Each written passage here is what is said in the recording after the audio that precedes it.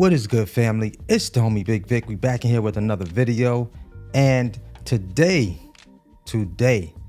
we are talking about, I don't think you should buy a box truck until you watch this video first.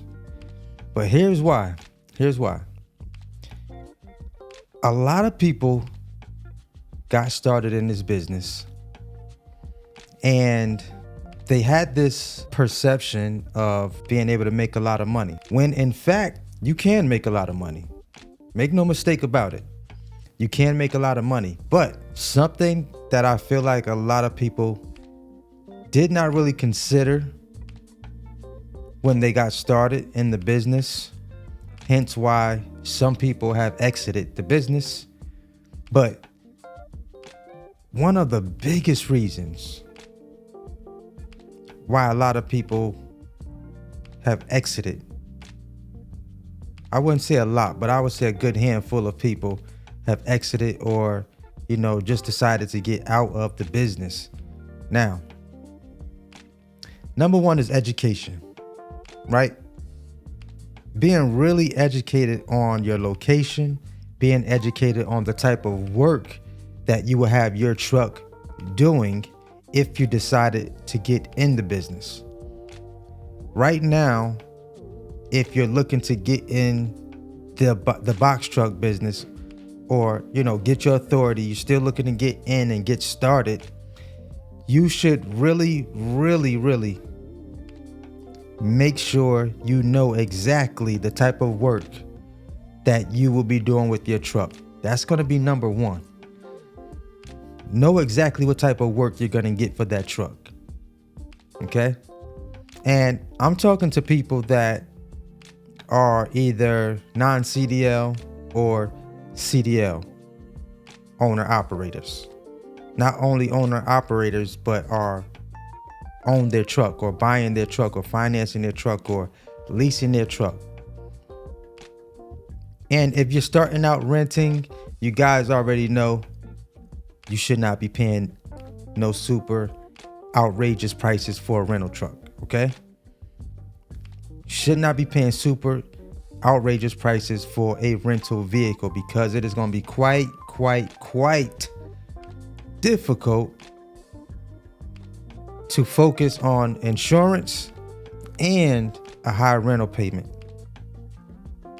This is when you find yourself scrambling, taking any type of loads out there just to make sure that you're taking care of your main overhead expenses. And this is what drives people out of the business, especially when they're taking work that's not really making sense and adding up to be profitable in your trucking business, in your new trucking business. All right. So pay attention to your location and the type of work that you plan on doing with that truck. Pay very close attention. A lot of people hit me up. They have a couple of Amazons in their area.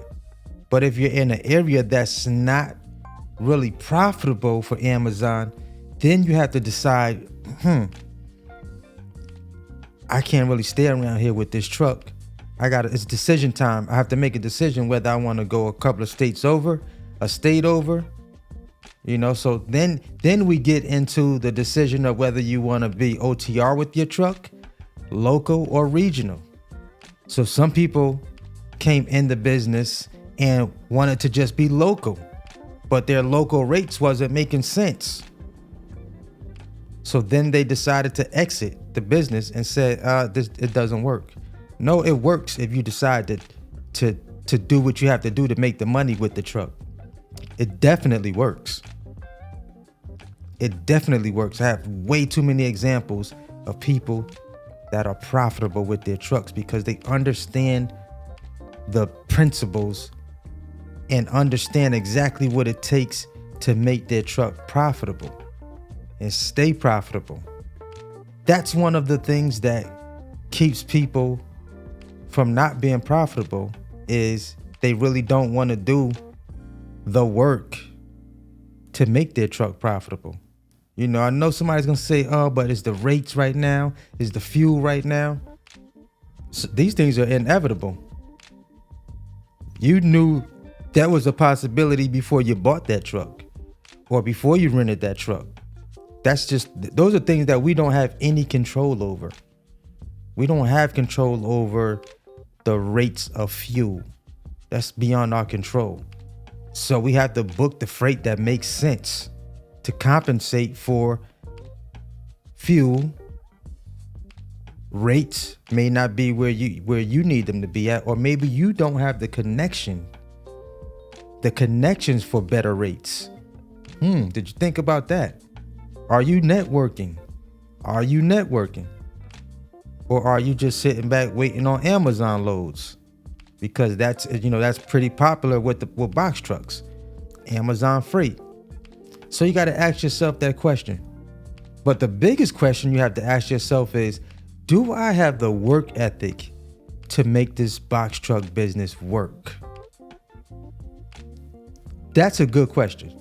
Do you have the work ethic it takes to make a box truck business work?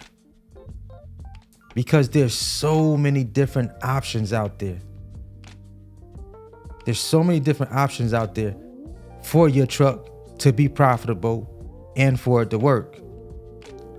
Do you want to touch freight, or do you not want to touch freight? Because guess what? There's always somebody moving out there. Always somebody moving. But, moving also requires a different set of insurance.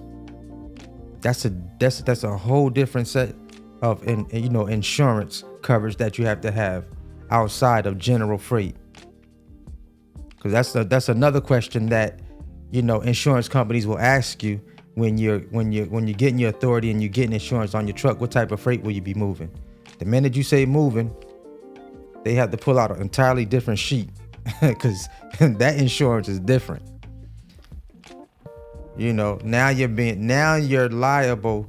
You have to have a different coverage because you're carrying people's personal items, personal home items. You have to understand what type of work am I going to be running with my truck.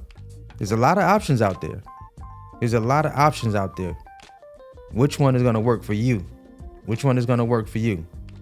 And I say all the time in a lot of other videos, if you decide to do Amazon freight, you really got to be way more strategic when you run that Amazon play.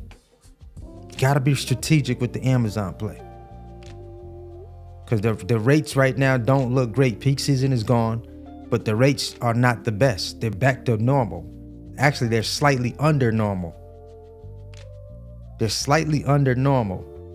I know for this area it is, and I've looked at other areas, but it's just like some of the rates are just not looking the best unless you're using the poster truck feature.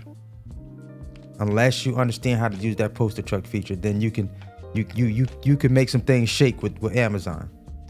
So there's a lot of information out here. Like I said, like everybody said, there's three sides to every story. Got his truth, her truth, and then the truth. You just have to decide how you want to go about getting your business up and running. Do not go out and get a truck until you have until you can check off all those boxes. Hold off from getting a truck. And if you have a CDL, you're in even a better position as a CDL driver right now, because those particular box trucks you can still get for a decent price. It's the non-CDL box trucks that they're hitting you in the head for right now. They're hitting you in the head for those trucks. Unless you just find someone, trying to get out of that truck and you can get a truck for a lower rate. Facebook Marketplace, Craigslist. There's still some trucks out there on Craigslist. I don't personally buy anything off of Craigslist anymore, but Facebook Marketplace still valid. Even some dealers have their trucks on the Facebook Marketplace, so you can still look there. And the auctions. I'm still heavy on the auctions because they still have good trucks out there at them auctions, at the truck auctions. Like, if you're serious, you should definitely still be looking at the auctions if you haven't found your truck yet. Like, you just got to decide what you want to do with your truck. OTR, you want to be local, you want to do regional. You know, you want to do contract work for your truck. If you decide to do contract work, just know if it's with Amazon, you're getting locked in. You know, they do have these new weekly contracts now. They got a couple weeks contracts. They got monthly contracts. You know, but if you do lock one in, just know you're going to have somebody in that truck if you're not going to be in that truck all those days that they have in those contracts. You know, yes, you'll get paid for a round trip, but it's still not that great of a rate. If you're just trying to lock some money in, then yeah, you can do that if you feel like that's going to work for your business. But I personally wouldn't do it unless I just had a driver and I'm just trying to, you know, just keep the truck running. And if it makes sense for me to be able to pay my driver and still be profitable, then yes, I probably would do that. But work ethic, it's all going to come down to work ethic, y'all. It's going to come down to your work ethic. It's all going to come down to your work ethic.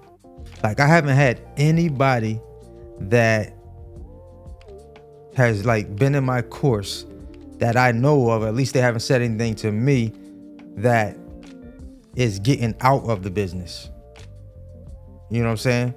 Because mostly everybody that I'm talking to is either, most of them are owner operators, not just owner operators, but they've purchased their trucks. I think maybe one or two maybe have rentals, but most of them have purchased their trucks. You know, so their overhead is not crazy. So a lot of those factors play a major part. Major part. Cost per mile, rate per mile, all these things, all these numbers. When I first got started, I was looking at just the amount of money that they was paying for the load. The rate per mile, I never really was paying none of that stuff too much attention until I really started getting into how do I make sure that my truck is profitable. Then I really started researching these things, and I started finding out about the cost per mile and the rate per mile. Cost per mile has to make sense first before the rate per mile makes sense. You know, so yeah, before you guys go out and buy a truck, know these things first. Know these things first. Do you have the work? What work are you going to be doing? What is your truck going to be moving? If you don't know that, don't get a truck right now until you know that first. All right. So just wanted to drop this quick video for y'all, man, just to give y'all a little more clarity. Just a little more clarity, because there's a lot of information out here. A lot of information out here. You know, you got some people screaming at y'all in videos trying to tell y'all some things. You know, maybe some of this stuff goes over your head, but I'm trying to say it in plain English so that you can understand it. All right. We calm over here. We calm and collected over here, but we know exactly what we're doing. All right. It's Tommy Bigg Vic TV. You already know what it is. If you like this video, like it. Subscribe to the channel. Smash that thumbs up button. All that good stuff. Smash that notification bell so that you'll be notified when I drop the next video. Until the next time, always hustle. Never stop growing. And I'll see you on the next one. Let's go. Let's get it. Let's eat, baby.